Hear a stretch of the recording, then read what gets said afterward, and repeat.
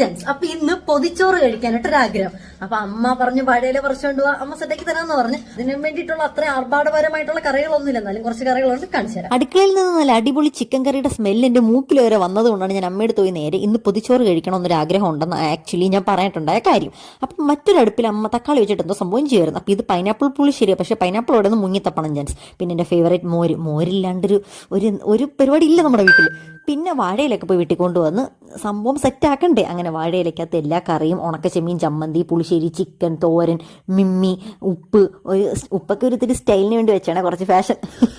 അത് കഴിഞ്ഞിട്ട് എല്ലാം കൂടെ ആയിട്ട് ഞാനൊരു പിടി പിടിച്ചു. എനിക്ക് ഭയങ്കര സന്തോഷം, നല്ല ടേസ്റ്റ് ഉണ്ടായിരുന്നു. കഴിച്ച് തീരാറായപ്പോഴാണ് പപ്പടം വറുത്തില്ലല്ലോ എന്ന് ഓർത്തത്.